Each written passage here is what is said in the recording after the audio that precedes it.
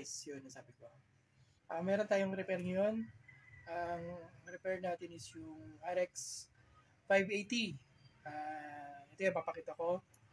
Then, ano to, pag sinaksak mo siya, mamamatay yung PC on and off. So, possible shorted yung RX 580. So, try natin i-repair kung magagawa pa. So, ito yun. So, yan. So, shorted. Pag sinaksak mo sa PC, on and off yung PC. Pero pagka wala siya, mabubuhay naman yung PC. So, ngayon, tatry natin siyang buksan. So, okay, try natin. So, ito na siya. Hindi ko muna tatanggalin yung protection plate sa likod. Pero, tingin ko na dito lang yung problem. So, paano natin malalaman na shorted? Make sure tayo. Try natin. So, ito na. Check natin kung shorted talaga siya. So, shorted siya. Shorted nga siya. Kaya ito dito, sa kabila. So, dito, hindi naman.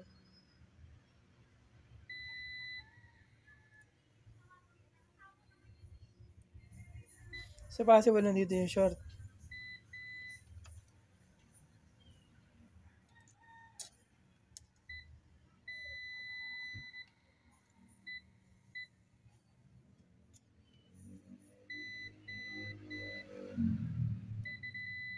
So, short. So, ngayon, pinaka best way, mag-inject na lang tayo para malaman natin kung anong parts yung nag-short.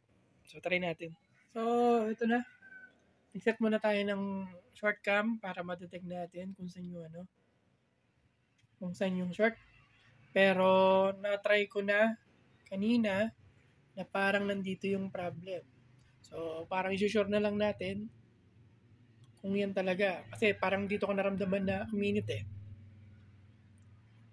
So, para exact matukoy yung parts na iinit at tatanggalin natin, gamit tayo ng short cam.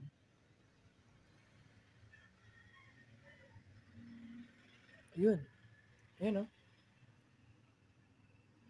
Ayun. So, yung nag-short. Yung MOSFET. So,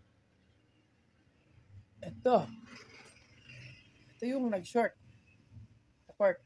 So, tatanggalin natin yan. Then, papalitan natin. So, ito na nga mga boss. Tinanggal na natin yung nakita nating short. So, ito siya. So, ito. Gumamit tayo ng ng machine dito. Yung pang-reball. Kasi, pag mga ganito, makukunat yan. Minsan, hindi na talaga kinakaya ng hot air. So, tingnan natin kung nawala talaga yung short niya. Sana nga, wala na. Kasi, hirap pag hindi nawala. So, tingnan natin. So, yun. Nawala. Ayan, nawala oh. So, hindi na siya short. So, ito, check na natin kung ilan yung reading. So, dapat wala na siyang short. So, wala na siyang short. So, sakto na to. So, tatry na natin. Then, cleaning na lang din. So, ito na. Sinet-up na natin yung GPU. Yung may shorted na MOSFET. So, test natin kung wala ng problem. Sana hindi na magka-problema. Sana siya.